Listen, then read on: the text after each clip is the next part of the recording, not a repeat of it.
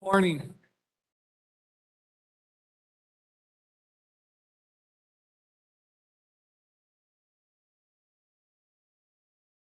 So technical difficulties for the online folks. Sorry, we're starting a little bit late. Our person that is starting our online, there's a fire drill at the Miller building right now, and that's where we were starting from. So everybody had to evacuate for the A real fire drill. a real fire drill. Yeah. So we're gonna Commissioner Lane is on his way. We're gonna start with some introductions, and then we're going to set the pace for today. My name is Dan McKelkey, and I am the Human Services Director for Douglas County. Morning, everyone. My name is Jennifer Eby. I am the Assistant Director for Community Development. Morning, Tony Spurlock, Douglas County Chair.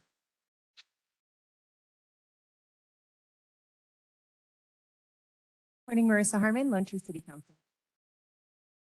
Hi, everyone. Jackie Millay, Mayor, City of Lone Tree. Good morning, Jamie Rife, Metro Denver Homeless Initiative.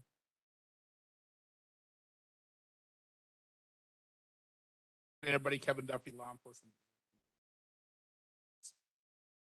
Morning, Tim Dietz, Castle Rock Town Council. Steve Coster with Douglas County Planning. Morning, everyone. Laura Thomas, Douglas County Commissioner. Morning, Bob Laguerre, Douglas County resident of Aurora, representing Mayor Kaufman. Of Aurora, former council member from Aurora. Morning, I'm Maggie Cooper and I coordinate the community response. Good morning, this is Lauriston County Coordinator of the Douglas County Mental Health Initiative. Mike Wade, Executive Director of the Douglas County Community Foundation. Kirk Wilson, Lone Tree Police Department. Hi, I'm Alex Kowski with Denver South Economic Development. Good morning, Town of Castle Rock Mayor Jason Gray. Cole Beckett, Douglas County Sheriff's Office, Reintegration Initiative. Karen Johnson, Town of Castle Rock, Council Member.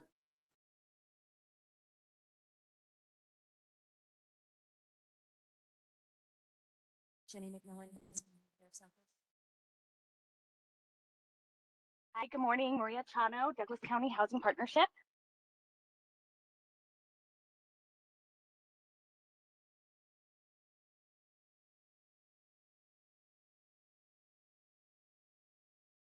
Community Services Supervisor for the Heart Team. Good morning, Rand Clark, Douglas County Community Services.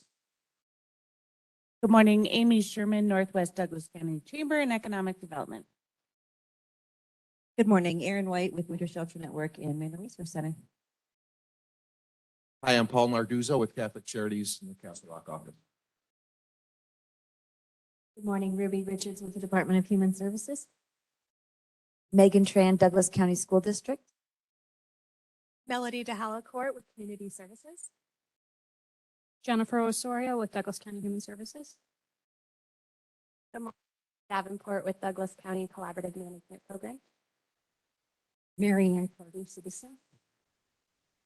And Douglas County Mental Health Initiative. Sophia V. Hill, Metro Denver Homeless Initiative. The Douglas County. Tammy Bozar, Deputy Douglas County Sheriff's Office.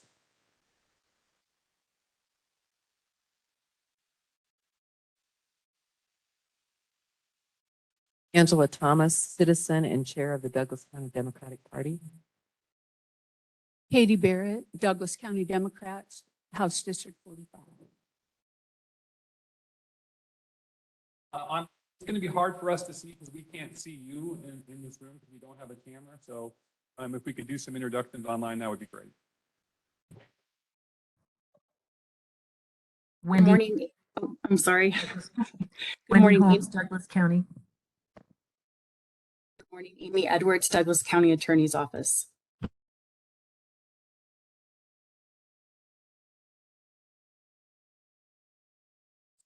Let's not introduce himself.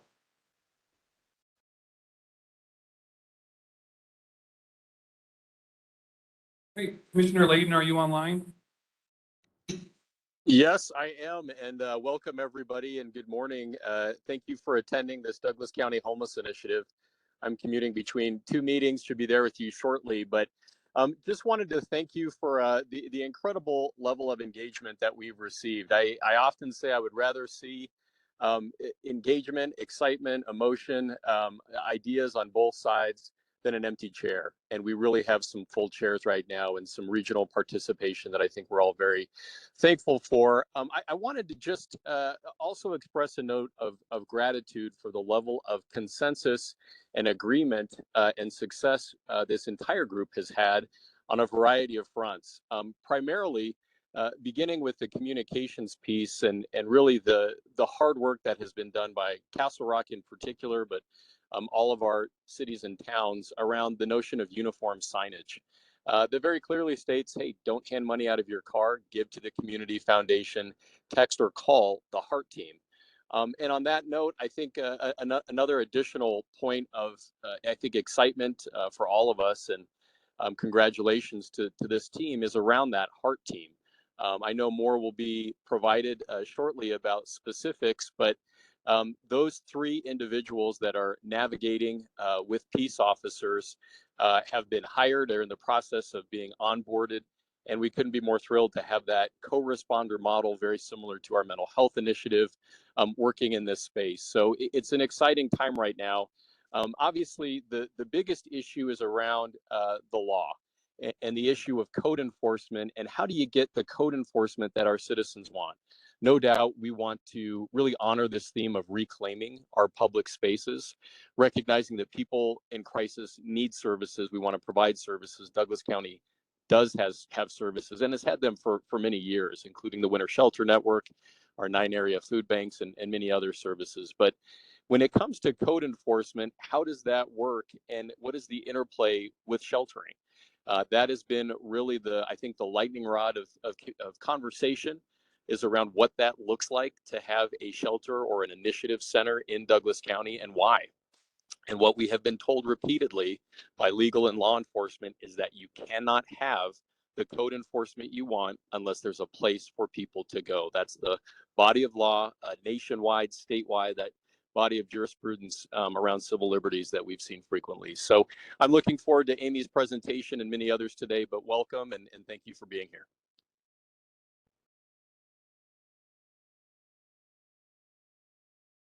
Start the day. Some of you that have not been here before, to give an overview of the things that we have accomplished so far through the Douglas County Homeless Initiative. And I'm going to kick this off, and then I'm going to ask Lieutenant Millen and her team to give an overview of some programming at the Sheriff's Office. But we've talked about this several times before, but Douglas County applied for and received a grant from the federal government through Jason Crow's office for $1 million. And that $1 million was agreed to go to the Goals program, which is in Aurora. It's a program for community supportive living for families who are currently experiencing homelessness. And it's a whole family approach to ensuring that the families that are currently homeless then will move to self-sufficiency. So on that campus, there is mental health treatment, there's medical treatment, there will be childcare. And we are really excited about the prospects that Douglas County families being able to start there, and then they will come back to Douglas County to re-enter our community. We've been having lots of starts and fits with the awarding of these dollars. They were awarded in January. We're hoping that we will find out in the next couple of weeks when exactly we'll get those dollars. I was assured yesterday that we would get a letter this week sometime inviting us to receive those dollars, but we can't start the programming until we receive the dollars, because the dollars are all for construction. So there's an open dorm on that campus that will be utilized by us, but we can't start that process until the money is awarded. Does anybody have any questions on the Goals program? Hearing and seeing none, I'm going to turn this over to Lieutenant Millen from the Sheriff's Office.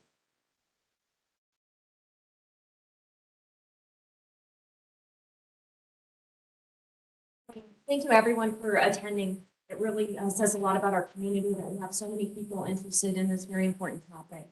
So I'm with our detention administration for the sheriff's office. And what I wanted to do is introduce the other team members. There are actually quite a few team members for the reintegration team. The ones that we have present today is Deputy Sean Sanchez. She's going to be our reintegration deputy. And then we have Nicole Beckett. She is our JBBS administrator.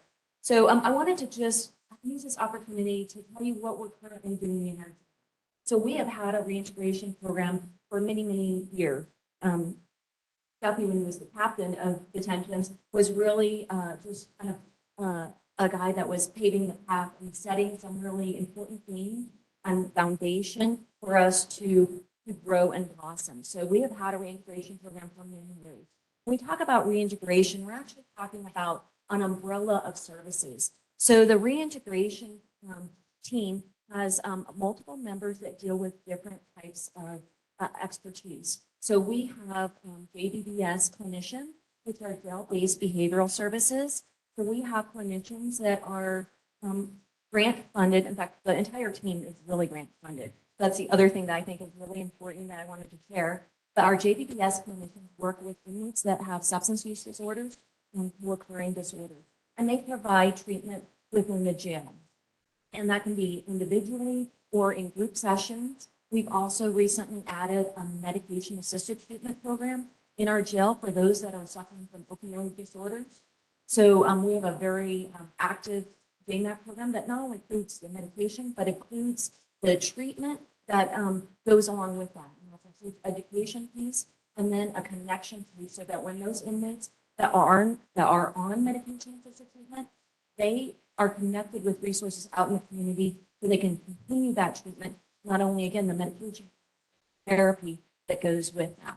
So we have JBBS clinicians. We have a reentry case manager that solely focuses on the inmates and what their needs are when they're releasing. So discharge. And when we talk about resources that are needed, we're talking about a variety of resources. We're talking about housing needs. We're talking about a medical need. We work and partner with Douglas County Human Services, and we have a Medicaid eligibility specialist that works within our jail population to try to provide those services, connect those services for those inmates that are eligible, so that when they leave, they can have those resources to rely. We work with Human Services for those that need food assistance and when they're releasing. We have a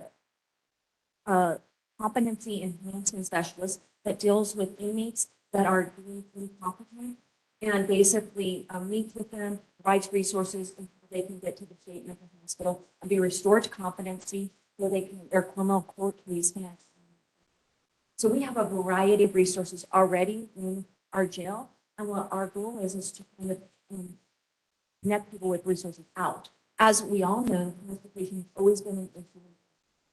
And when we have inmates releasing, we want to get sure that they can get the resources that they need into the community back where they came from. So already our inmate population is comprised of 80% out-of-county residents. Only 20% of our inmates are Douglas County residents, and we want to make sure that they have the ability to return where they have family, resources, and ties that can make them successful. So we, and then within our releasing population, we have 77% of our releasing population came from communities outside of Douglas County. So again, we want to make sure that they can get back to those communities that we don't want them abandoned. I'm sure House Rock. They don't want that either. So we have a variety of resources. We want to do to connect our inmates with what they need to be successful. Our mission is to provide programming to reduce recidivism, to reduce any.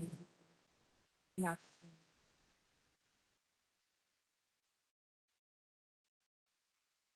Have any questions for Lieutenant McMillan?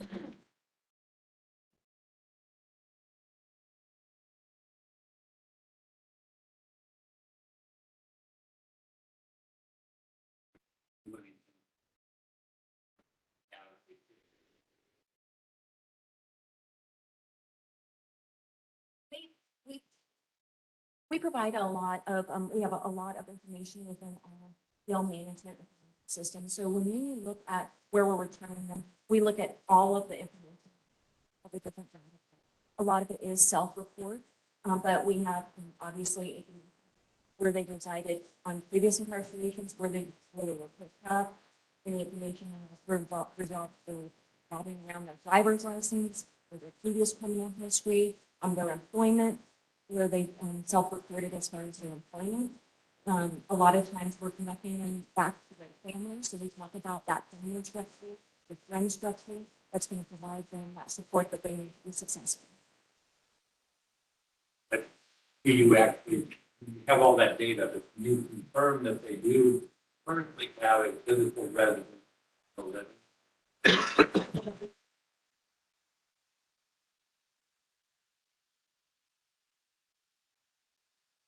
Is, can we confirm that they have a house that they're actually returning to?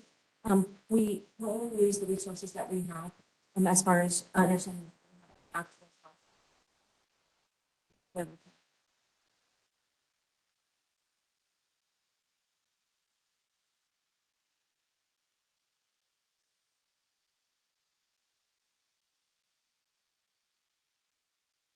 Is what happens to them if they don't really have a place to go?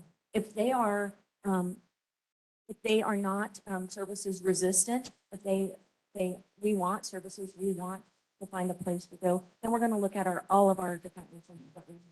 There is a lot of resources for transitional housing and what have you. We deal with a lot of inmates that are going to need some type of residential treatment. We have some resources that provide some funding for that residential substance use treatment. So it does depend on the actual circumstance. And again, what we want to do is do discharge planning. Let's customize to that.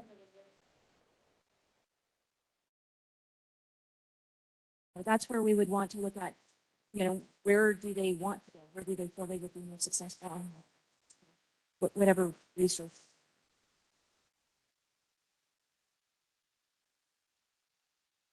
Okay, thank you. Just a reminder, unfortunately, the sound in the room is not as good as we'd like. So if you all are asking questions, if you could speak loudly, and the presenters will try and repeat the question as well. So we're going to move on. If you could move on to the next slide, we're going to move on to an update on the HEART team. Which is our Homeless Engagement and Resource Assistance team. This is the team that Commissioner Layden spoke about in his opening, and we are very excited to have this team kicking off very quickly. This team is led by Douglas County in partnership with all of our local law enforcement. So we are in the process currently of of hiring our 3 navigators. And we do have one in the room. Our first navigator is Tiffany Marcetto. She has just started with us this week. And we also have Deputy Tammy Bozar, who is going to be working with the HEART team on behalf of the Sheriff's Office. So wanted to introduce them to you. Our goal really with the HEART team is first because we have that co-responder team and we have law enforcement working with our navigators. Our first goal really is to ensure that no laws are being broken and that safety is, our first priority. So we're first doing that. And then second, really, once we've established that, we direct, it's going to be the work of the navigators to help us direct those who are experiencing homelessness to services.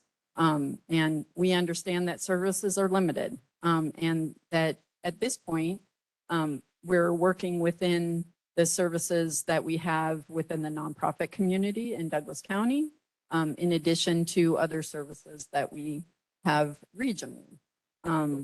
And that will be, kind of a work in progress. Also, as part of this, we'll be collecting information on what the needs are of those who are experiencing homelessness so that, if we see that there is additional needs or something that needs to be addressed, then we can take steps to work with our community partners to address what those needs are. And then so I just want to reiterate that this will be a work in progress. We are going to learn as we go.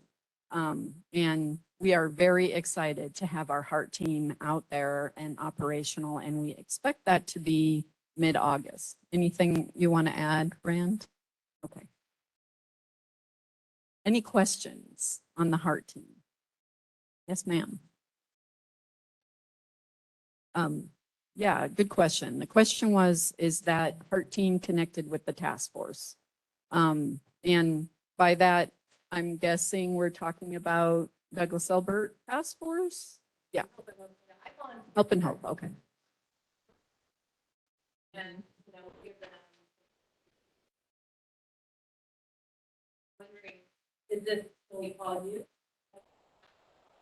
Yes, so the question is regarding specifically, is the heart team going to be connected to Help and Hope Center, formerly the Douglas Elbert Task Force? The answer is yes. In fact, we have a couple of other partners in the room that are very similar to Help and Hope. Manor Resource Center's here. Paul Marguzzo from Catholic Charities is here. Dan Marlowe has joined us previously in these meetings, as well as we have partners in our community such as C-Corps, Parker Task Force. In fact, Tiffany and I were just over visiting Help and Hope Center the other day, introducing her to their leadership team and helping her see what's going on there. So our intent is to be available to our community members, right? So our nonprofit partners, our residents, our partners in law enforcement, those in our community that are experiencing homelessness or know somebody who is, to be a resource for them. And so we will be, one of the tasks we have is to set up a way for our community to reach out to us and to have access to that team. So we're working on online web forms and text chats and a phone number where you can call that'll be forwarded to the cell phones of the heart team members so you can reach them directly and get them to help when needed. And so that will be available to everyone in our community. And so our residents, our nonprofit partners, our community partners, everybody will have access to that. We're almost there yet. So we're hopefully by our next meeting, we'll be able to make that, maybe even before that, be able to make that number public. But yes, is the short answer. We are connected and we will continue to be connected and provide those opportunities. Any other questions on that? And we are watching for questions online as well. So I don't see any in the room. Let's go ahead and move on to the next slide. So wanted to give you all an update on the sign committee. We are working on doing some signage that really is part of a portion of really a public awareness campaign. Our goal really, and our goal is to encourage people not necessarily to give money directly to panhandlers, but instead to direct their generosity to a community fund that has been set up through the Douglas County Community Foundation. This will be a designated fund, and as donations are received through this fund, those dollars will be made available directly to the nonprofits who provide services like Help and Hope and other nonprofits in our community that provide the homeless services. So that is our way to ask people to focus their giving in a way that can really provide comprehensive assistance to those who are experiencing homelessness. And, you know, we have talked about this several times, but what we've experienced is that panhandlers are not necessarily always homeless. And it is not actually a crime to panhandle. But what we also see, and I think that y'all probably know this intuitively, that when somebody is given money, and that is something that is, you know, lucrative for them, they're going to continue to do that. So our goal is to redirect that generosity. So the signs will offer a way. Actually, we're going to have a centralized website that will connect people to the Douglas County Community Foundation and a way for them to give. The signs will also directly say don't give money to Pan, or don't give money out of your car. They will also have a connection to the Heart Team. So we are working on putting together a phone number that connects to each of the Heart Team members by each of the areas that they're in. So if somebody, for example, sees somebody who they believe needs assistance and is located in Castle Rock, then they can call the Heart Team. The phone number will say, you know, if you're in Castle Rock, push 2, and they will go to that. They will be directed directly to that navigator that is assigned to Castle Rock. So really trying to reiterate that there are other ways to help. So we hope to have that all set up very quickly. We have been working with the Castle Rock team to do the design of those signs, and we are getting to a finalized design. So I think we will have something to show as a result of that within a pretty short period of time. We're very excited about that. Questions about the signs? Yes, ma'am. Question is, have you had any conversations with CDOT? One of the problem areas is the CDOT right of way at the entrance and on-ramps. And even if we have these signs, we're not going to be able to put them up unless we get CDOT permission. So have those conversations begun? And when do you think communities access to the signs? And have you had conversations with any private shopping centers or strip mall areas where they also congregate to start the dialogue, make sure they've got buy-in to putting the signs up? And I think we all know that places in our communities where we tend to see people, and unfortunately don't always have control over the ability to put those signs up in those places. So what conversations have you had around that? Wonderful, Mayor Malay. I always say Lone Tree is the beautiful welcome sign to all of Douglas County, and you encounter this and have done it well for many years. Let me just say that the sign committee is made up of representatives of law enforcement, elected officials, and there have been conversations around that connection with CDOT. I know progress is being made, and we know that that partnership is essential, but in addition, ensuring that businesses have access to that is critically important. So that is all fundamentally part of the conversation within that committee. And I'll just say, just from a Lone Tree perspective, they're aesthetic. They're clean, they're nice. I think you'll really like the visuals. And I think we're excited to share that with this group.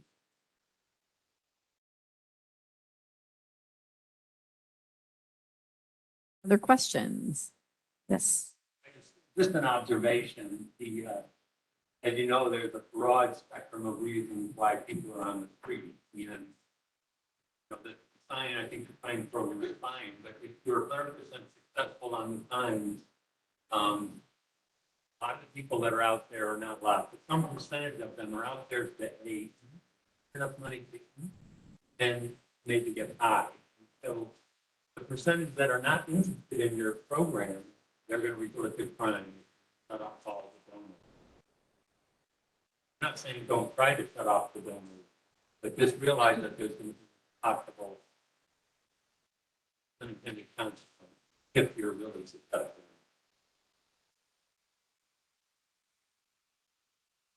Thank you for your insight on that. I mean, I think these are all things that we need to consider as we're looking at this. And I think that's certainly something that we can have continued conversations with our local law enforcement about that. And I think there are always consequences to these decisions that we make, absolutely. But I appreciate your comments on that. Any other questions related to the signs? Not seeing anything online.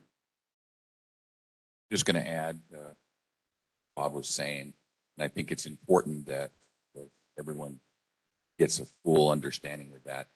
Whenever you put something up that says you can't do this, a black and white sign, so it makes it law or suggestion or whatever, there will be someone who's going to tear that sign down or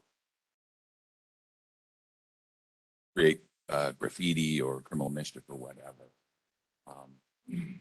Those types of crimes are not crimes where our law enforcement are going to arrest them and bring them to the jail. That's not going to happen. Most of the time, we're not even probably allowed to arrest them. They get a ticket and they move on. And to look at the bigger picture of that is that when we give them the ticket, they fail to appear at court. Now the court is generating space that never gets filled because they fail to appear. A warrant is issued, and all of a sudden the fugitive unit has a warrant.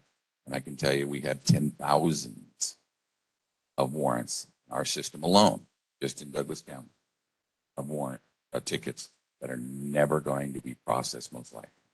And so, as we said before, every action we have creates another reaction, and we have to keep that in mind and look further down the road, because we often sometimes create another problem for ourselves that we're not even intending. So I support the sign information. I think it will help a percentage of people and situations, but I also want everyone just to, again, this situation has so many tentacles. And a new one is being born as we sit here today. We just don't even know about it yet. So it's a constant revolving thing that will require continuous communication every day, all day, with every silo group that we have. And make sure that we try to resolve the issue, that when one entity does something, it doesn't create another problem for another. So but I just wanted to touch base on that, because I know exactly where Bob's coming from, and we've seen that other issues. Statement. Yeah, and I would just add to that, our law enforcement in Douglas County is phenomenal. People come to Douglas County because it's safe. So I have the highest degree of respect and admiration for the men and women in blue that do keep this county safe. So we know that if we dry up those lucrative public spaces from those that are seeking money out of windows, that's a safety issue. It's not safe for people in a median or in a car to be stopping traffic and handing out money. So it is a public safety issue. If they can get resources through a trusted community foundation, great. But I'm really thankful for Bob's comment, and really for the collaboration with all of our cities and towns, especially Aurora. We know you've been addressing this for many, many, many years. And just to be a little more direct on that issue, in this section, we talked a lot about the reintegration and what does this look like as a region. And I really want to praise Jamie Reif. I think she's been the architect of Built for Zero support and regional solutions, and encouraging all of us that no one area is going to solve this issue. We need to really work as a region to get to functional zero, non-reoccurring, infrequent, so that our point in time goes from 51 to maybe half of that next year. But I just want to be really clear, we are not interested in shipping or moving people that are justice involved to other counties that don't have ties to those areas. We know that 75.6% of those that are justice involved come from other jurisdictions. And under the CJIS statute, technically other counties are supposed to pick those individuals up. I hesitate to ask the sheriff how often that occurs, but I'll just save you the time. It doesn't. So if there is a family type, you have an aunt in Aurora, we're probably going to bring you back there, and not me. I'm sure Douglas will, but it's that tie of origin. But no, if you're from Douglas County, we're going to take care of you here like we have for many years. So I just wanted to be clear on that. Just another flip side to that, and I appreciate Bob's comment as well, but it's also creating an opportunity to get people connected to services. So if those areas where people have been panhandling and finding it lucrative do dry up, I would hope there would be a percentage of those individuals then that also could connect with services and really find a way to move themselves to a better position in life. So I completely understand there's a risk, but there's also a positive risk as well. So, and we'll see. And if we have a robust HEART program, if we have a robust goals program, it could lead to better outcomes for people. Asked by people online to introduce ourselves as we speak to see us.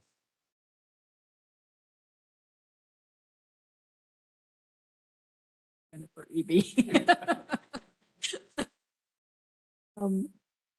Any further questions? I do not see any online, but Any further questions? Okay. We are going to move on to our next portion of the agenda, which is homeless case law overview. And Amy Edwards is going to present for us from the Douglas County Attorney's Office. So we're going to bring up the presentation. We're in the process of bringing up the presentation. And then I will pass that off to Amy.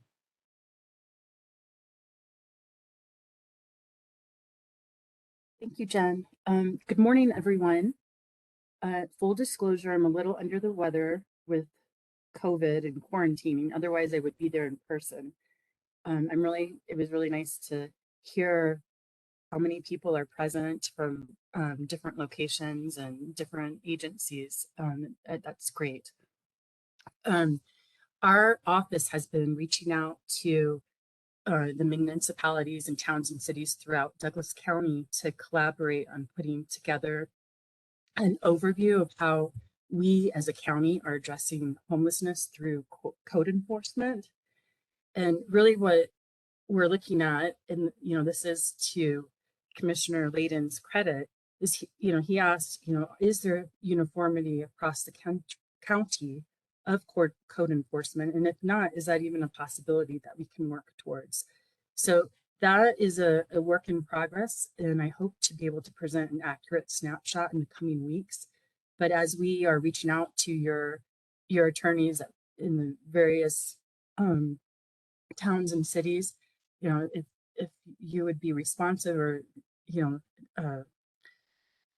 press your county attorneys or town attorneys to participate, that would be wonderful. So today I wanted to clarify the legal challenges that we face with our goal of compassionate code enforcement. Next slide, please.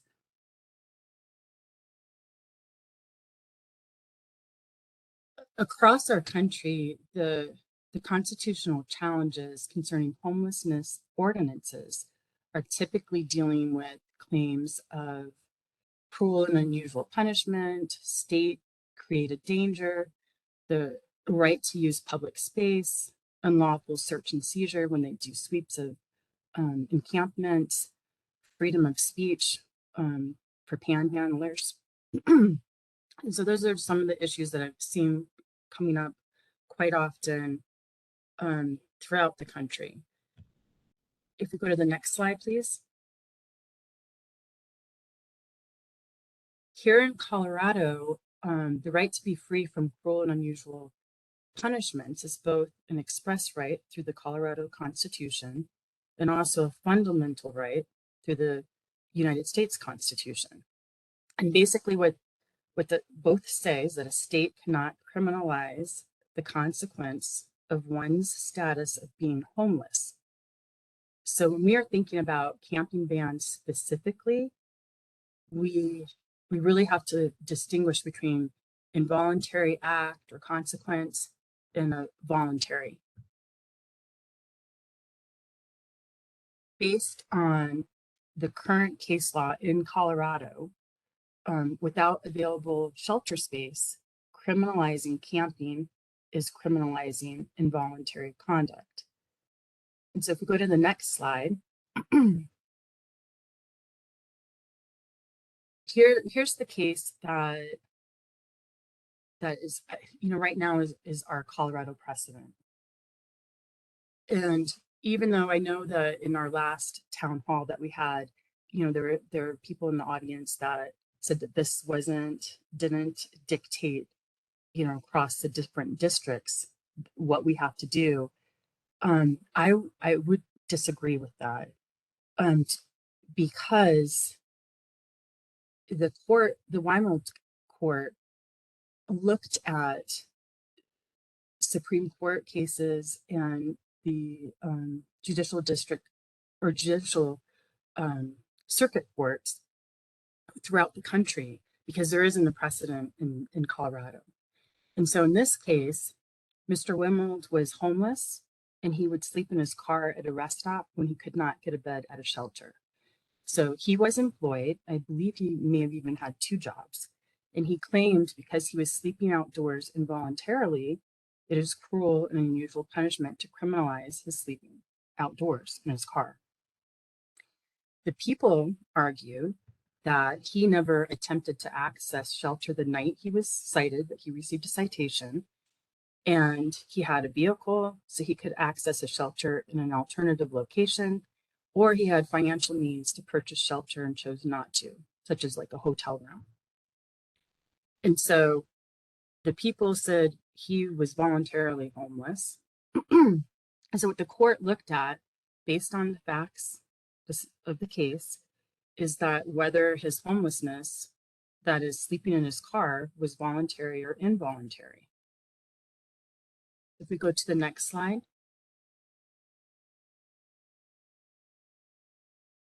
So with no precedent in the Colorado courts, the Wimold Court looked primarily to the federal cases from the U.S. Supreme Court and the Courts of Appeals. And across the U.S., there are 13 judicial circuits, and each with the Court of Appeals, and Colorado falls in the 10th Circuit. So because we don't have a precedent, the Wimold Court then looked at the 4th, 9th, and 11th circuits that sort of addressed this issue.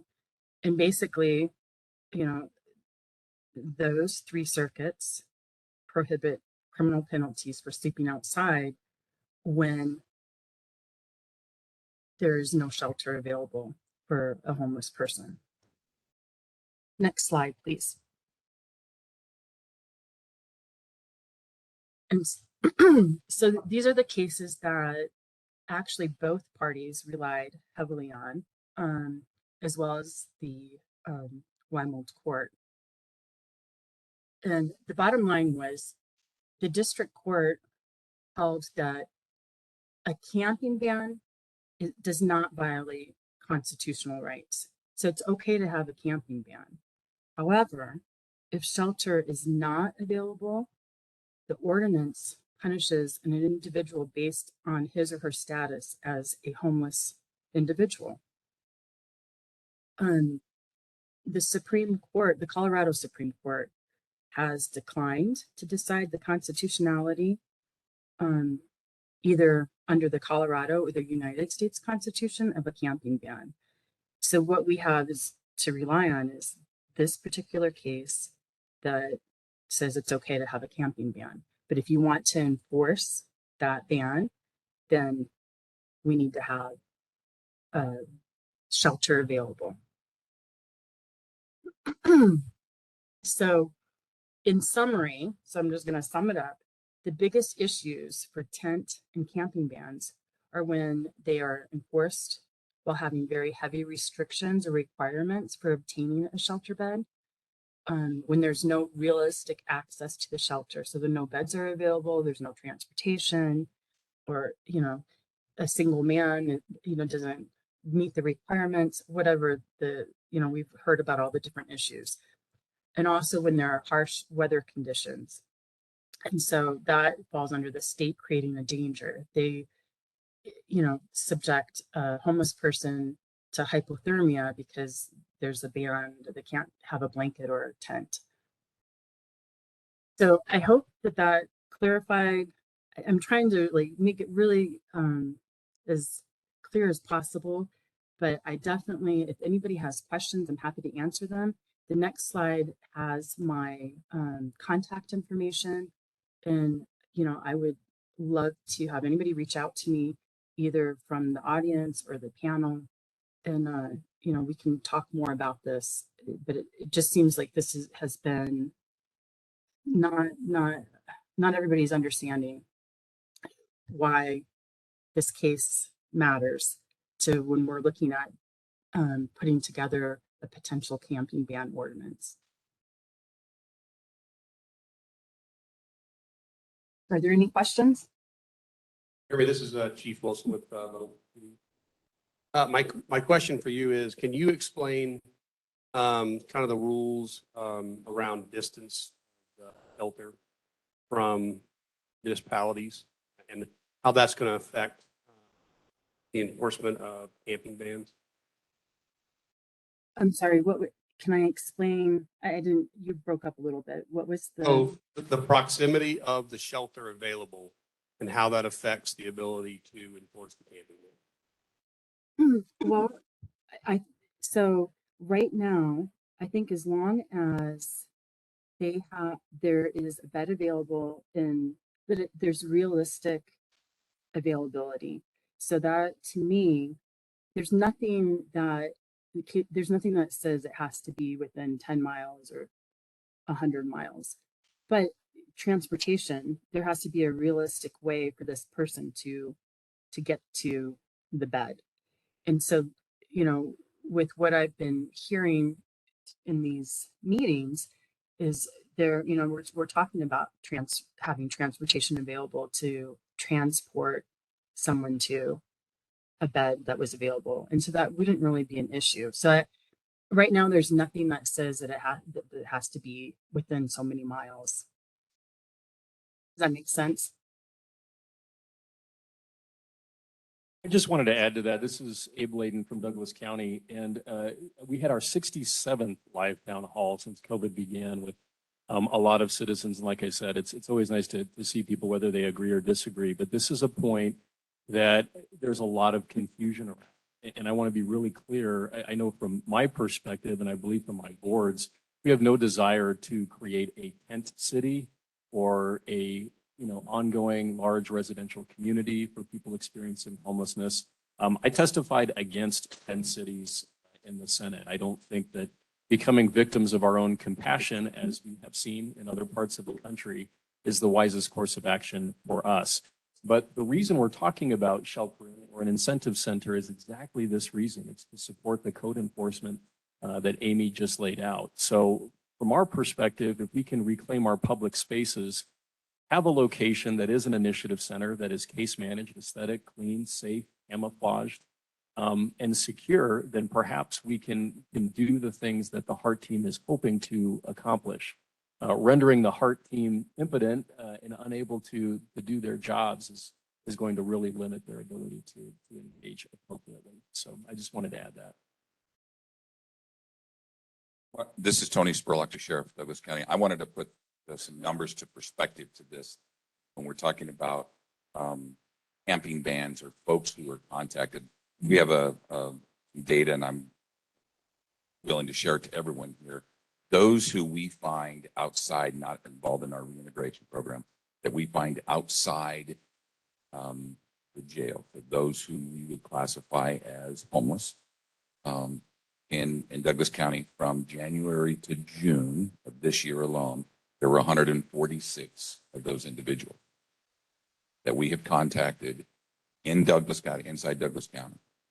And so, some of those our staff has been able to find resources for them. The other thing that is concerning is, and I know that I had a much conversation with Mayor Kaufman, was, if those numbers are here, those are exponentially increased by the city of Aurora, the city of Lakewood, Denver, greater. And so those numbers start adding up. And when we have a shelter that has 25 beds, we alone would have overran that shelter. So it is important for us to have all of these different entities together, finding other solutions. And there are a lot of other solutions.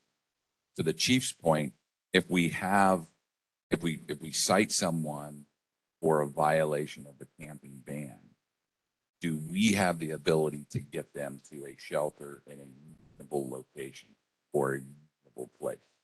And that is where our engagement together with municipalities to say, do you have a space for someone, or are all of the beds full?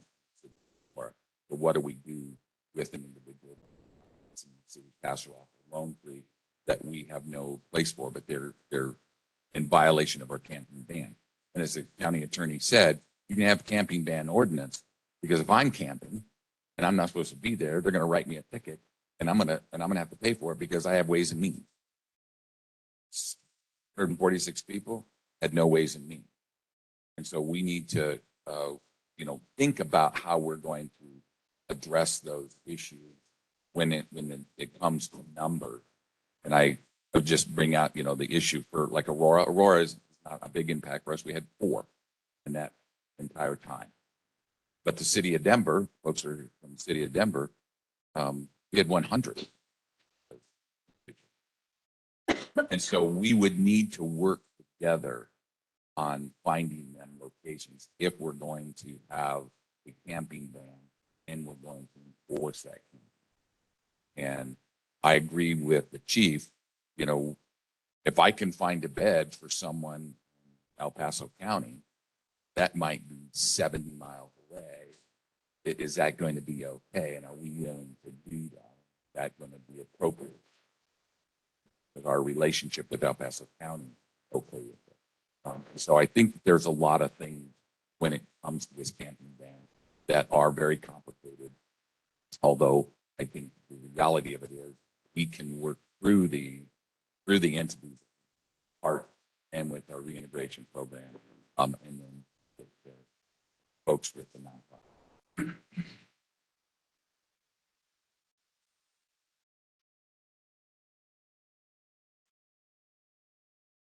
This is Paul Marguzzo from Charities. When I was following Amy's presentation and then the chief's follow-up question, I was seeing some logic that told me as long as the bed that we were offering was within reason or reasonable, I think was Amy's phrase, then we've satisfied the condition for the code enforcement. Those was going through my head. Agree with that? And so if we can provide the transportation that those individuals don't have, so I've heard the HEART team is going to get a pickup truck or something to be able to move folks around. Then if Springs Rescue Mission or Denver Rescue Mission or other Denver and Colorado Springs metro area homeless shelters, those become, they can satisfy the condition for that bed. Is that right? So I'm just wondering. I know we want to treat people with compassion and we don't want to take them to places that they don't want to be. But it seems to me that the missing piece was that transportation. And so help me understand if I'm missing something. No, you nailed it. That's exactly right. So right now there isn't anything in the case law or in any of the circuits that address that issue. And perhaps that may come up down the road that, well, I don't want to leave Douglas County. This is where I reside and I don't want to go to a homeless shelter. And so, but that issue has not been addressed by the courts.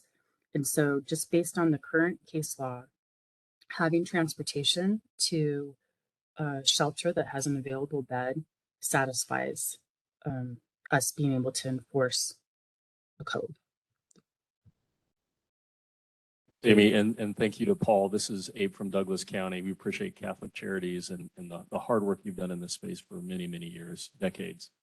I want to be really clear. I'm a 5th generation Coloradan. I was born at, Rose in Denver. I get it. I don't think we in Douglas County want to create another negative externality by putting more pressure on services in other counties. I can already hear the voices of those in Denver and Aurora saying we are already at capacity or doing the best we can. So unless there are family ties or ties of origin to those counties, I don't see us doing that. Obviously, there will be exigent needs, and I would refer to the sheriff's office on that. But in Douglas County, we really want to address those issues here as best we can. Now, let me touch on the goals facility. So we, as you heard, we received $1 million from Congress to partner with Arapahoe County for wraparound services. And it's housing, not housing first necessarily, and nothing against that. It's housing plus, which we really value in this room of case management, mental health counseling, substance abuse counseling, but it's a partnership with Arapahoe Douglas Works. So that's an area, Bob and others, where we would have some regional collaboration. And that goals facility, thanks to the work of Dan McKelkey and Cheryl Turnus and Arapahoe, I think will be met with some significant success. Our limitation there is that's only for families. So you have to have a child involved to be there. So for our single individuals in a housing crisis, we'll have to identify a different solution here. And Goals is not a walk-up shelter. Goals is an application process, and you have to be screened and approved to go in. This is Chief Duffy with Douglas County. The other, as the sheriff mentioned, this problem is so complex because the homeless that we're coming in contact with, first and foremost, if we do find a shelter that has a bed available, there's rules that we have to follow or respect for that shelter. A lot of the shelters don't accept men. They don't accept females. A lot of the shelters do not accept pets. Pets is the biggest issue because that's the only thing this homeless person has is that pet. And we are not going to separate, or that person is not going to separate themselves from that pet. And we have to respect that. We treat these people with dignity and respect. And if they've had their only companion, which is their dog, we're certainly not going to take them to a shelter and put their dog into a pound. So they'll decline that shelter. The other thing that a lot of the shelters, you have to understand, they're not medical facilities. So the first thing they ask us is, this person has to be clean and sober, right? And they have to be clean and sober for a period of time. So then now we compounding then the problems to our hospitals or to our facilities to where we have to take them into a hospital to get medically cleared before we can get them into a shelter. So it's those type of things that we're running into every day on the street with our officers and our teams. And then what we hear time and time again when we do offer them a shelter, they have come from the shelters. They're here in Douglas County and they literally tell us, I would rather sleep in the ravine in Douglas County than in a shelter in Denver. Why? Because it's safe. I'm not saying that to diss the shelter system, but it is a very complex problem that we have to listen to these people. We have to respect what they're telling us.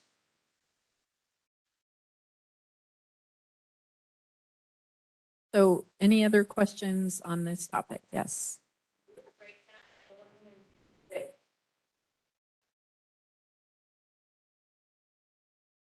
And this is Lori. Is there a breakdown of the 146 of how many are in each of the cities within Douglas County? Yes, I'll give you a copy of it, so we don't chew up time, but I'll make that available to anyone who would like to see where they're at.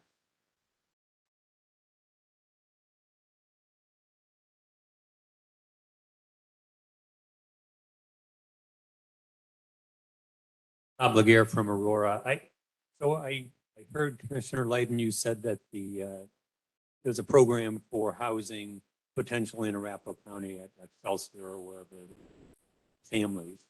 I haven't heard anything about housing, with healthcare in the county for homeless men, women, that type of thing. So has anything been done or has anything been discussed in it?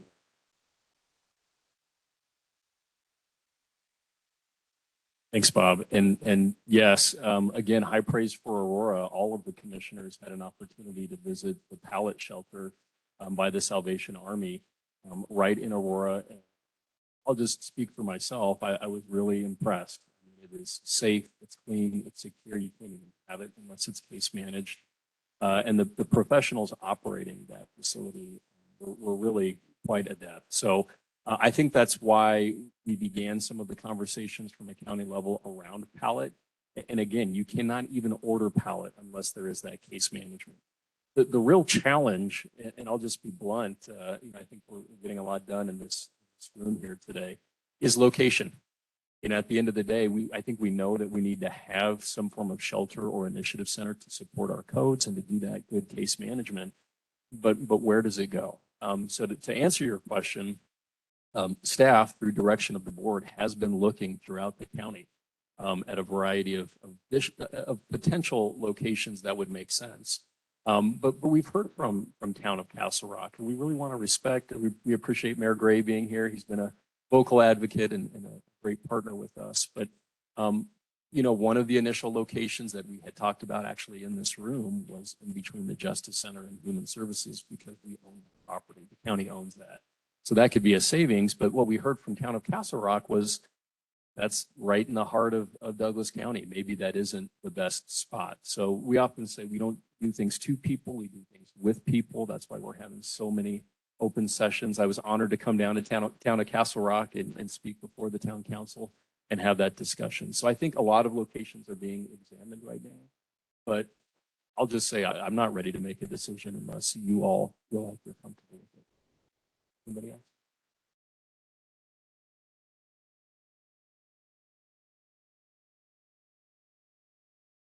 Loris and Coney Mental Health Initiative.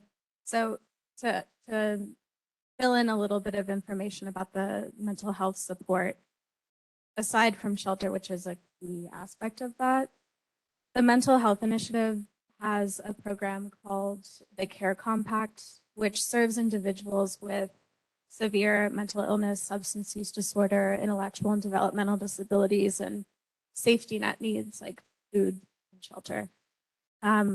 What we run into often, I would say with probably 80% of the people that the Care Compact serves, is a housing issue.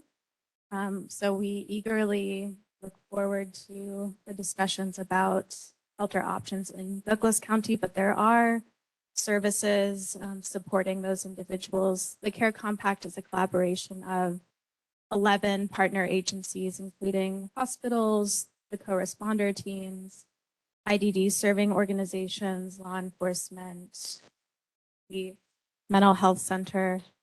So all of these entities are working together to make sure that folks are wrapped up in the support that they need for their mental health needs.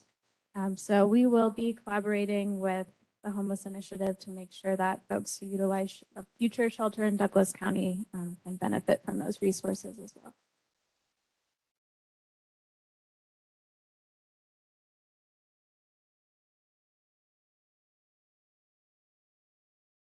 Okay, and my is we do not have any questions online at this point. So at this point, we are going to move on to the next item on our agenda, which is collaboration with the Wildfire Initiative. Commissioner Layden oversees, directs, leads both the Wildfire Initiative and the Homeless Initiative, and I would say has noticed some overlap there. Would you like to? No problem. And it's not about me. It's really about the experts in the room and the information I received that the number one item stolen from our Costco's and our Targets are these little propane tanks. And we have recognized that associated with camping are people experiencing homelessness that are trying to stay warm, particularly during the colder months. And if they're in our open space, which Douglas County is 50% open space, the potential risk our county in terms of wildfires is astronomical. And I'm not saying it, that's just attributable to camping. We just know that wildfire risk is frankly one of the most significant risks that we're facing countywide. So the Wildfire Initiative has done, I want to say, a phenomenal job with the Office of Emergency Management with ramping up aerial support, increasing mitigation, encouraging legislation and communication around how to prevent wildfires.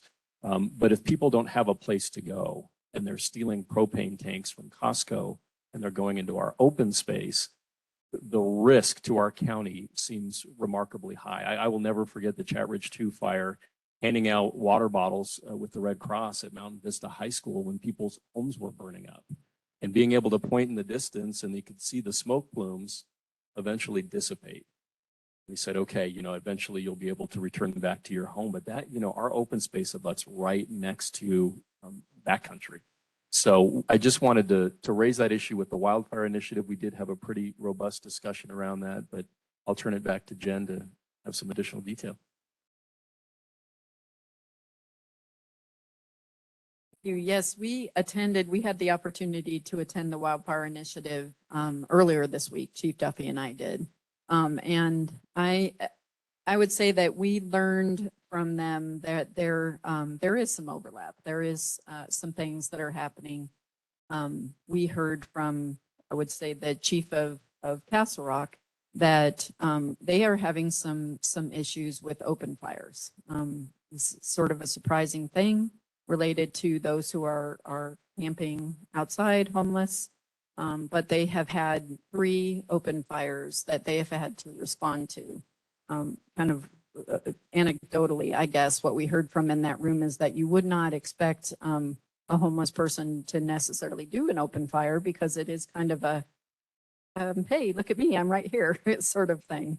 But they have experienced that, and that's something that certainly we want to be aware of and be cognizant of, and make sure that we, within both of these 2 initiatives, can work together to hopefully address that. And I know that Chief Duffy at that meeting said we need to invite the chiefs to attend the homeless initiatives so that we can begin to address these things as they're coming up. One of the other things that we heard from South Metro was, and this was actually a little bit surprising to me, that there have been some fires that have been started because one homeless person is trying to force another homeless person out of their space. So that has been kind of essentially in the Parker area that they heard that. So definitely some overlap, definitely concern. And, I think along those lines with the propane tanks, we understand that people are utilizing that for cooking. They're utilizing that, I would guess, even somewhat for warmth. So that's something we also want to keep in mind as we hear that.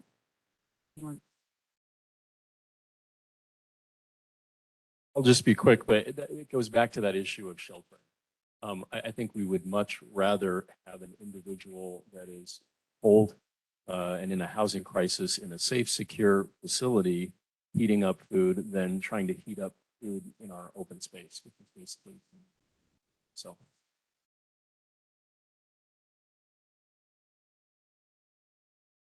Questions? Duffy, you have anything to add?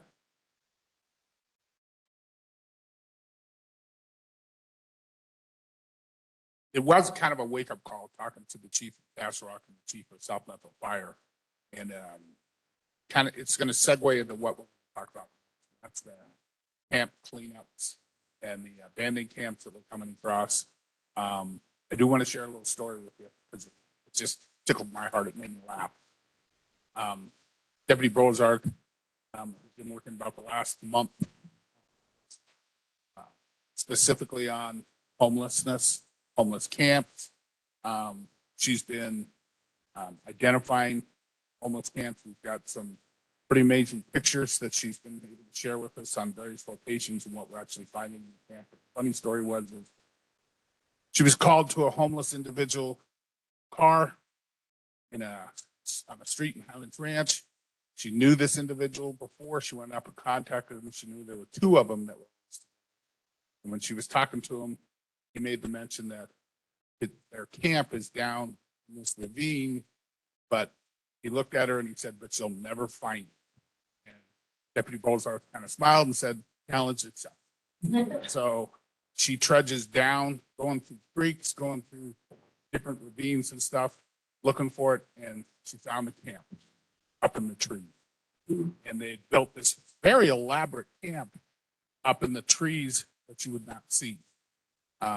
We were able to get that camp dismantled because it posed a severe risk to the people using the trail. It's going to kind of segue into our camp cleanup because it is an important topic. We are going to segue into our part of agenda.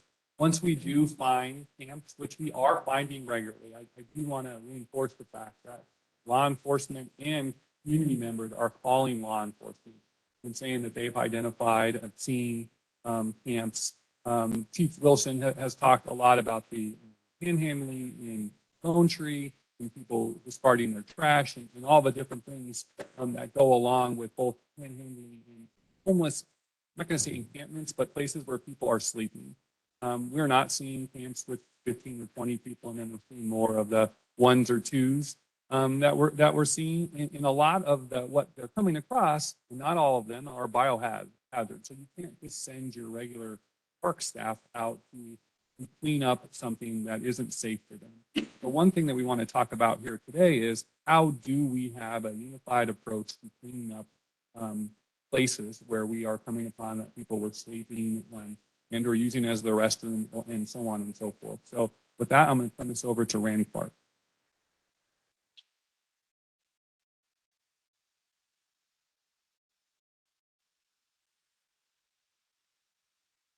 Jan Rand Clark with Community Services from the Community Development with the county.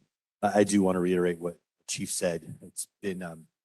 It's been very helpful over the last couple weeks now, almost a month, maybe 2 months, that Debbie Bozarth has been out and been sort of cataloging some of this for us to help us really understand what we're looking at, what we're seeing. Also know the town of Castle Rock has been doing a lot of this work in the last few months as they've initiated some plans for cleanup. And so I want to show you just a couple of slides. We have these pictures that were taken from the east side of Walmart just here recently within the last week or so. There's another slide, Luke, if you want to go to the next one. I think this is actually the tree house, right? That we saw. So Luke, if you could pop that next slide up. This is that tree house.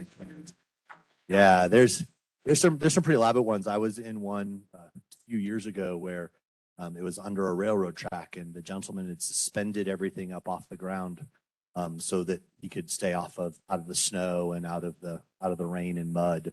And so we need to hire him as engineers maybe somewhere. Luke, there's another one. This is from the Highline Canal recently that we took as well. And so you can see a lot of these. Well, at times there are people in them, and at other times it's sort of been abandoned. It's the leftovers. We know from sort of years past working with the Sheriff's Department, the one by Walmart, someone will come and stay there and they leave their stuff, and then the next person will come and leave their stuff, and the next person come and sort of grow over time. Is what we tend to see with these. And so there's a couple things that we'd love to get your potential feedback on. This is a time to maybe engage and start that discussion. But Luke, if you could do the next one, just a little bit of conversation around how we can approach our cleanup. The first one is what potential is there to unify required notification? And so there is some statute around how long we have to essentially process and notify before we clean up. There's legal case law related to that. And so we have some differences in our community. And there's some communities where the required notification is 24 hours, somewhere it's 48 hours, somewhere it's 72 hours.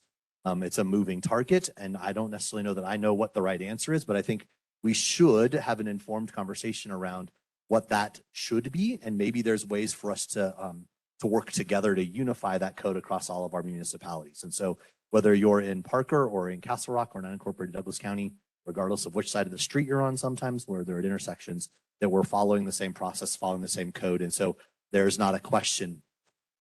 Last time it was 72 hours. Now why is it only 24? It just makes it more complicated, both for those that are doing the work and for those that are out there in our community. The second conversation point is what's our response when encampment is not on public property? It's a little bit easier for us in government to address the encampments that are on public property, the property we own. Steve Koster's here with us today from Department of Community Development, and we've had ongoing and long conversations around what do we do when that is on private property? What are the rules and the regulations surrounding requiring a private citizen to clean up? Right? That might be Walmart. It might be their corporate office in the Walmart case, but it may also just be Joe Citizen who has a large property in our community, and someone has taken over part of that property and turned it into an encampment. What does that look like? The utilization of a single vendor for all jurisdictions. We've heard that. If there's a way to utilize a single vendor for simplicity, that might be a way of affording scale and opportunity. And so we know Castle Rock has recently gone through the RFP process and identified a vendor. We'd love to have a conversation around whether there's the will as a community to work together to identify a single vendor. We've heard from Castle Rock. I believe I talked with their team in Castle Rock PD a few days ago. They've now done, I believe, 5 of them in the last few weeks. The average cost is between right around $1,000 for what I'm gonna call a typical one-person sort of place. Their largest cleanup was about 3 or 4 times that. It cost about $3,500, just to give you guys a clue of what the sort of the anticipated costs are to clean up. But what can we do to what can we do to identify a single vendor and then the responsibility for cleanup costs, especially as it relates to private property. You know, to help encourage, motivate, like what's the right thing to do? Again, we may have a different conversation on public property where we control and we can pay for the cost as local government. What does that look like on private property? And so I don't know that we have answers on those, but I think that there is a potential for a robust conversation on what are some of the right responses and how we can work together to address some of these things as it relates to cleanup so that we can work together on these issues. So with that, Commissioner Layden, would you like to say anything else on this particular topic or provide input? Thank you, Rand. I'd love to actually open it up to everyone here to provide their input and thoughts around this. Maybe this is the 5th C cleanup, but I will say one of the nice byproducts of our last community life town hall was really hearing that desire from our community around just cleaning up abandoned encampments like the ones that you saw here and ensuring that we are able to do that. We have been doing that for a while. I think we need to add the biohazard element and then also make it really clear to citizens how to, if they encounter an encampment, to actually connect with that cleanup team. But what do you all think? Yeah, Mayor.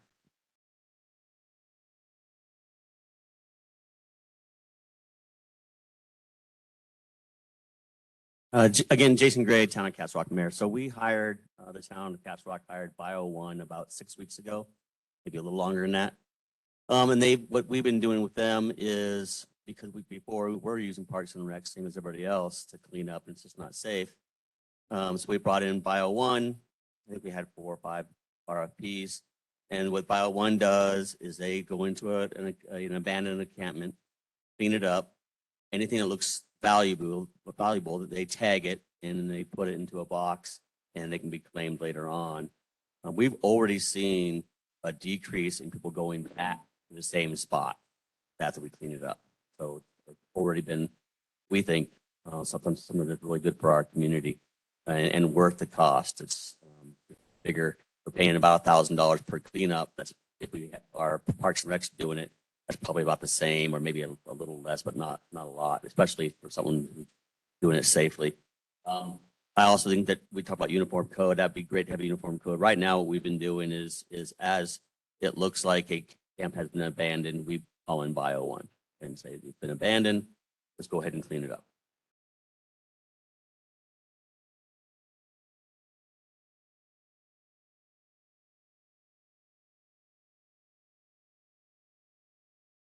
Well, thank you, Mary, and to Tim Dietz as well, who's here. It sounds like Castle Rock might be a little ahead of us. So that's, I think, one of the benefits of this group is to be able to learn from each other and maybe have a conversation around what that might look like countywide with the biohazard component.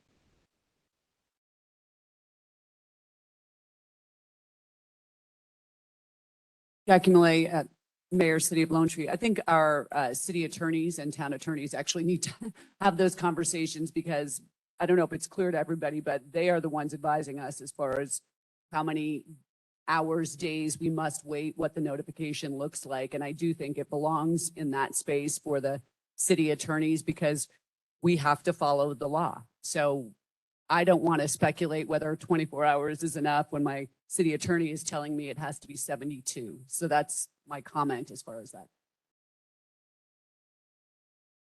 Thank you, Mayor Millay. And I think to Amy's point earlier, our county attorney's office is endeavoring to try to connect with their counterparts and try to get that measure of uniformity. That's a lot of work for those guys, but it sounds like something is coming soon. So thank you. Right, and I think it belongs in that space. Yes, I think you're right. They're going to be in trouble if they get it wrong. Yeah, the other thing we have encountered as well is it's hard to identify if you have a tent and it's in a public area. Is it abandoned? How long have they been gone? If the tent is zipped up, as law enforcement officers, we're not allowed to go into that tent.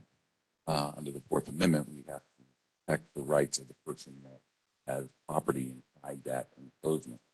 And so we have worked around a few of those issues in regards to abandonment. With the mayor, you know, if there's 3 attorneys in a room who have 3 different opinions on that, and probably have 3 different lawsuits and 3 different, you know, Supreme Court decisions. So I think we all work together but we might have something that would work better. But also, we also have to remember that there are other laws that we have having to address, particularly from law enforcement, and that is the protection of their Fourth Amendment right, that we're not going to search or see something that, although they may not be legally there, there's protection of their property. Closed tent or So Mayor Gray mentioned something really important on the cleanup side. One is the storage side of things. How do we store? What is the process to store to reclaim items of value? And there is also, I think, some room for consistency in the length of time of storage as well, right? Is it 15 days? Is it 30 days? What is the right amount of time to give somebody the opportunity to reclaim their items? So I think what we have asked for and are hoping for through our attorney's office is to, where possible, to be consistent if we can. Again, to the sheriff's point, three lawyers, three different opinions, but I think our hope is where we can be consistent. We appreciate those who are ahead. In fact, Commissioner Layden, the town of Castle Rock does something very similar down at the Springs Rescue Mission, where they have those large bins and containers with lids on them. They store them, and when items are seen in an encampment, they take pictures of them so that somebody whose stuff is being taken away can't say, you threw away my Rolex. So we're taking pictures of everything so that it's all logged and cataloged, and then they're placed in those bins or things that are of value are placed there. Documents, legal documents, driver's license, birth certificates, those are kept as well. And then if there's any evidence of crime or of something illegal, that's also handled separately because it might relate to some sort of, if there is something there that would suggest that there was criminal activity, they would keep that as part of evidence. So a fairly thorough process of determining what is garbage, what is biohazard. That's why the more expensive one in Castle Rock took a little bit more money. There was a lot to go through, and some of those types of things came into play. So it's another way to be consistent when we talk about how we store, what do we store, how it's noticed, how that part of the process works as well, when we can be consistent. So no, we're not. What that comes from is no. If it's so if the person comes to us and says, you threw away my stuff, I had a Rolex. I use that as a euphemism, right? There was something of there that they're making up that they said was valuable, that they're accusing us of throwing away, that they never really had. Is kind of the idea. You threw away my, my laptop or whatever it is. They may not have ever had one. And so by taking pictures, it's a way to deter the activity on the backside of making false claim that they actually had a Rolex. So I've never seen one, at least maybe not here. So yeah, Dan. And I did attend a meeting. Talked about when they come across people who are utilizing shopping carts, they just wrap the whole entire cart up and then put it in the back of one of their city vehicles and then hold it for, I think they said 30 days. But they were also working with Walmart and Target in specific areas to try to figure out a way to stop the shopping carts leaving. And there is some technology to that. And I do think at some point we could. I wanted to clarify a couple of things, but also just have everyone take a deep breath and realize how complicated this is. It seems like it would be simple, but it is not, because it's a strange new world that we are in, experience. And I think we would be remiss not to engage or in Denver who have much experience in this area and have been trying to do things. And so I think that we're doing that. One of the things that I was receiving a text and some people listen online and we were talking about is when we have homelessness out of our jail and those individuals have warrants for their arrest in other jurisdictions, but they are cleared by Douglas County and they go out our front door because those other jurisdictions refuse to come and pick them up.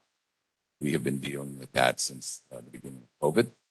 And now it has switched its gears to not COVID anymore, but to other kinds of issues. I have been very vocal about that as a sheriff.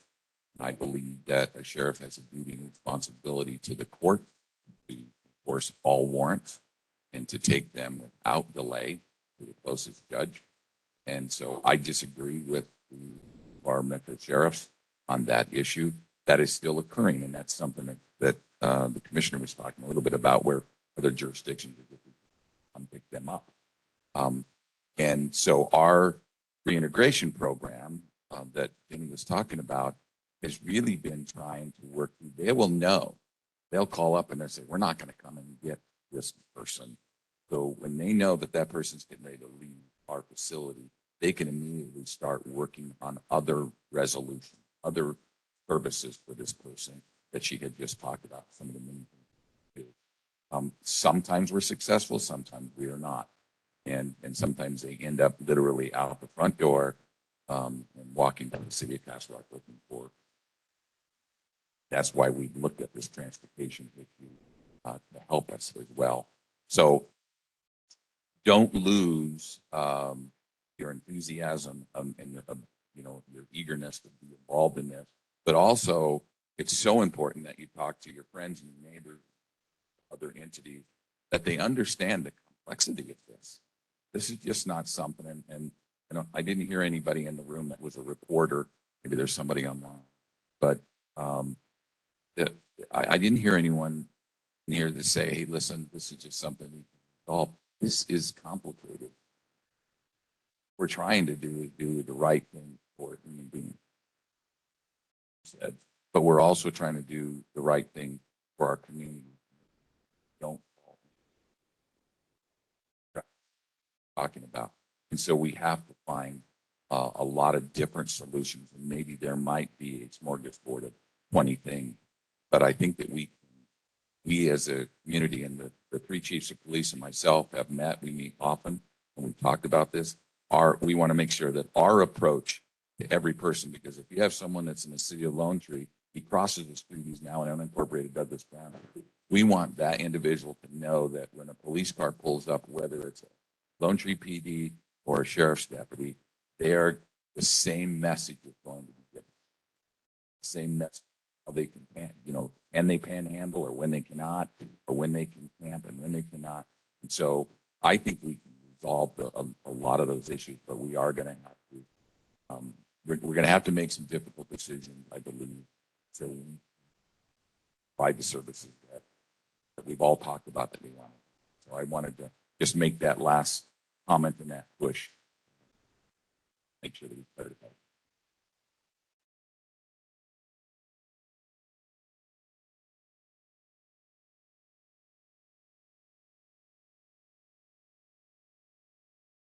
So this is for the sheriff. I just want to clarify what you just said. So if someone is released from your jail and there is no warrant from any other jurisdiction for them, is there a requirement, say they're from Aurora, is there a requirement for Aurora to come pick them up? No, not if they're.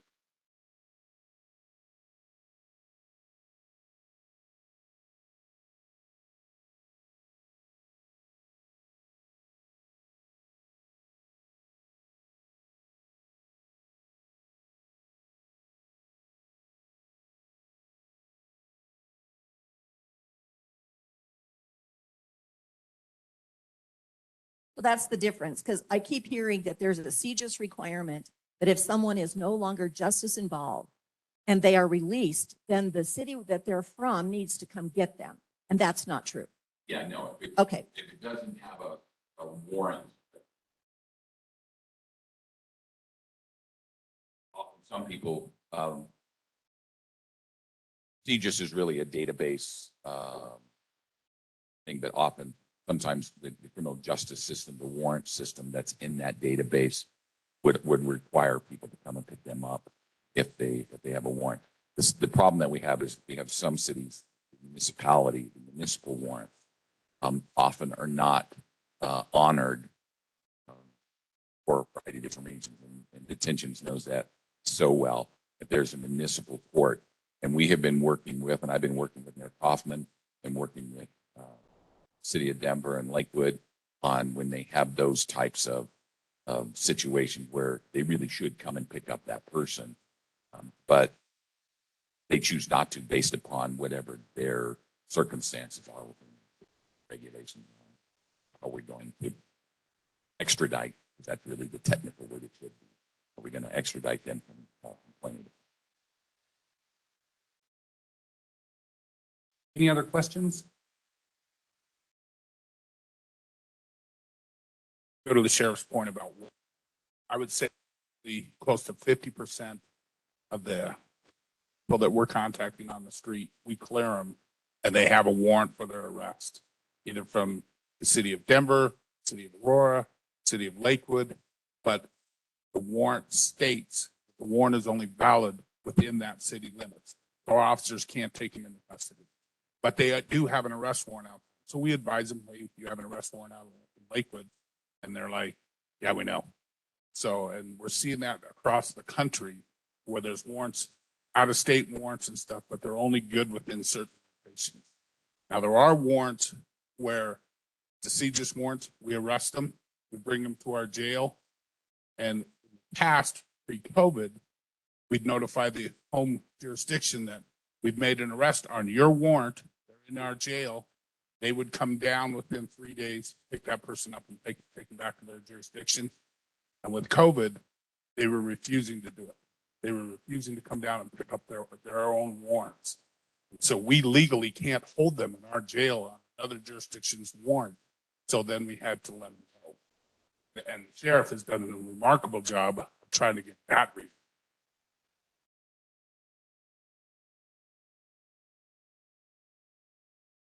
Questions or comments?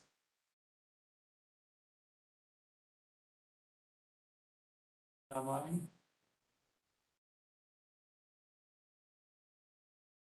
We're going to move to the public comment portion of the meeting. Looks like we have 2 people signed up. So we're going to start with Lori Bellany.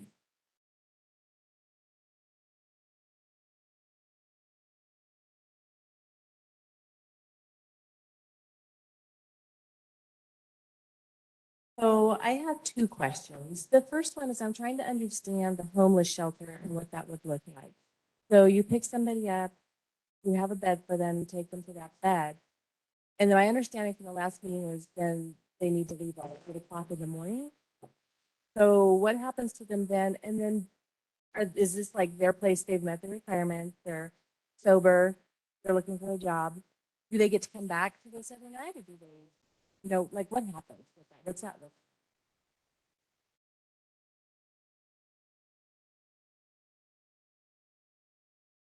Lori, thank you for that question and really appreciate the granular look that you and many citizens are taking at this.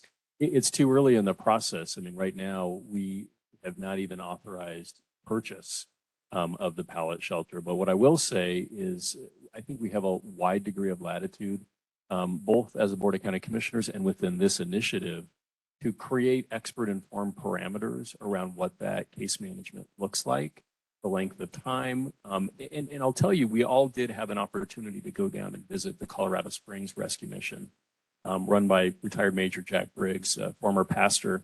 And that is how he operates in Colorado Springs. Because that shelter is there, they can be trespassed or ticketed if they find individuals camping in their municipal property, or at least moved along. They're service resistant. I mean, that's obviously a different dynamic, but when they come into the Springs Rescue Mission, he replicates the transactional model on the streets. So, we heard from him that people are trading sex and drugs for really bad things on the streets. So if you're addicted to meth or you have a mental health issue, you're not going to get turned away at the Springs Rescue Mission. You can come in for a night. I think that's probably what you heard. And down there, you do have to leave at 7 a.m. But if you're willing to submit to like a mental health check, you can get a breakfast. And if you do a healthcare check, you can get a locker for a week. So he's trying to replicate that transactional element at the Springs Rescue Mission, but it is so early for us. That is just one of many models. And we probably have a lot of different regions and areas that we need to visit and take a look at to determine best practices with all of you.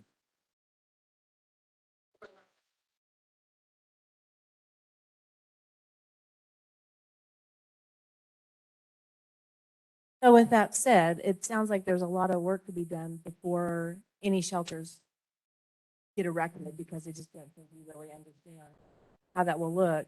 And I was wondering if it's, within the realm of reason, if each city was able to deal like with the amount of homeless people, we have a number of 146, and then if we know about what is in each city, is there a way that they can come up with a plan, say, okay, Castle Rock needs to have 10 beds available at any given time, or Lone Tree needs to have 25 or something? And what? I used to work at Skyridge. So I'm just wondering if I just, as a citizen, feel like something like that may be received better than your 7 or 9 cities, whatever we have in Douglas County, that we're going to put in that. Yeah.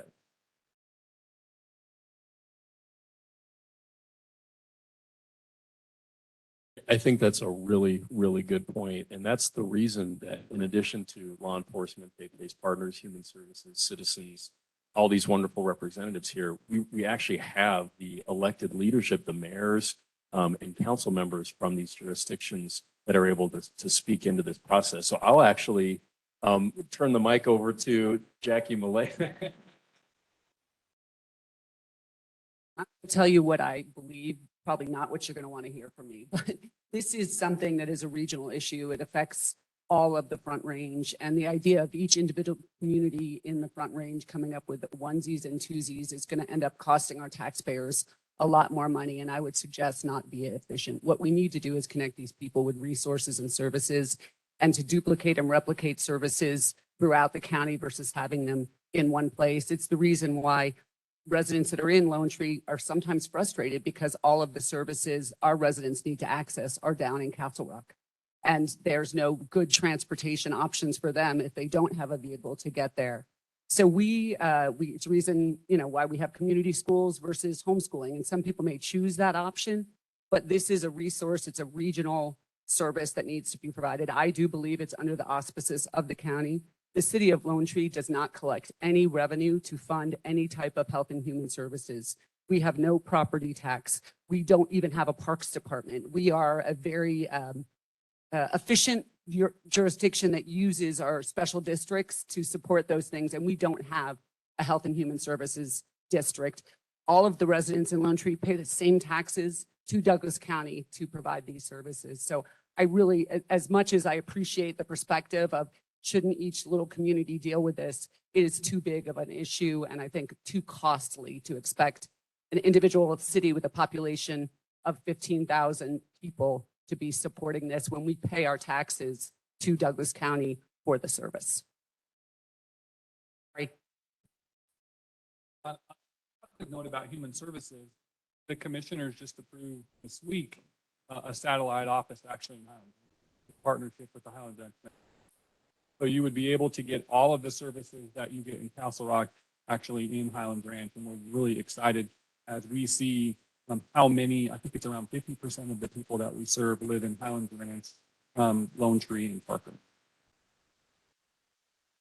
Well, and I really appreciated that comment. As my colleague, George Teal, always says, we're friends and colleagues in Douglas County, and our elected officials really do try to connect informally and frequently. And part of this is a response to what we have heard from our mayors. I think in Castle Rock, we have often heard the people that are justice involved leave that justice center. That is one of the big Castle Rock problems. I know one thing we've really tried to listen to and be responsive to Lone Tree about is, RTD light rail, end of light rail issues where I think Mayor Millay, you've indicated very clearly, we have seen an increase in crime and vandalism and some negative externalities right at end of the lineup there. How do we address that from a Lone Tree perspective? So that's why I think it's really valuable to have you here. But let me give Mayor Gray an opportunity and any other selected to respond to that. Yeah.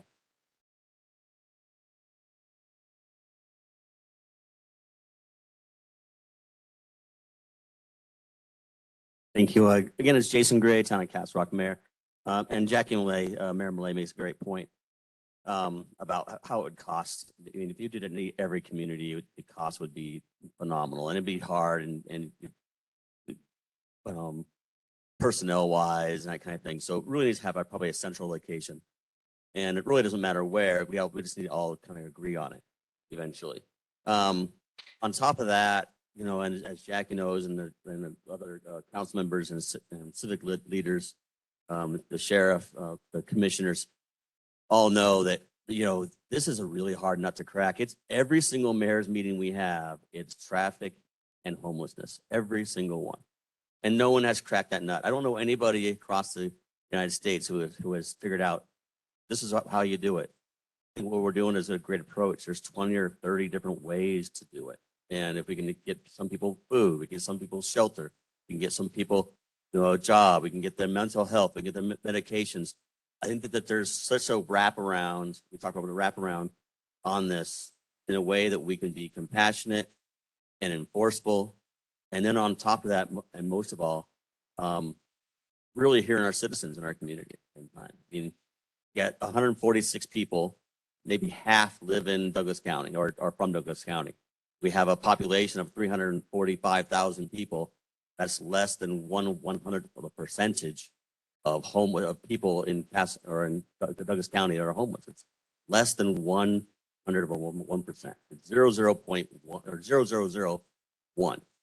So we have to make sure that we want to be compassionate, and we don't want to, you know, sweep this under the rug. We also have to know what our citizens, you know, a lot of them just don't want to shelter in town. And it doesn't matter if it's our town or if it's Lone Tree or Parker or Highlands Ranch, but they want to make sure that these people have services. And I think that's going to be most important is how do we get services to these people? How do we get the HEART program, goals, et cetera. And at the same time, as Commissioner Layden was pointing out, the HEART program needs teeth. And so it is such a hard problem, I think, that we all need to figure out. And it's not just one solution. It's many, many solutions.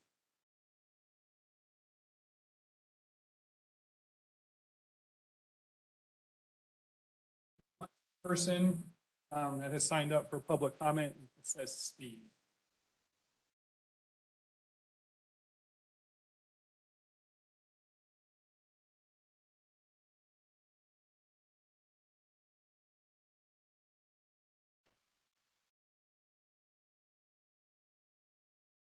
Let's check to see if we have any public comments online.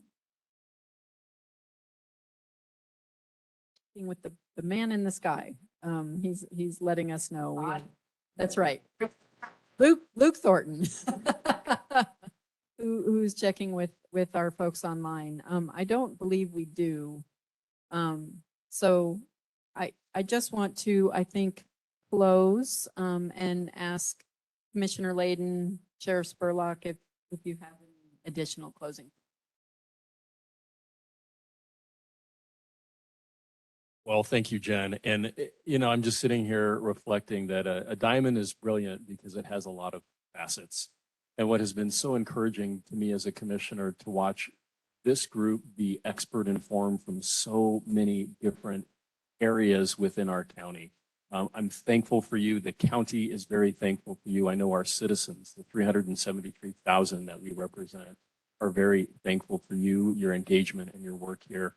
Please continue to engage with us, provide your thoughts.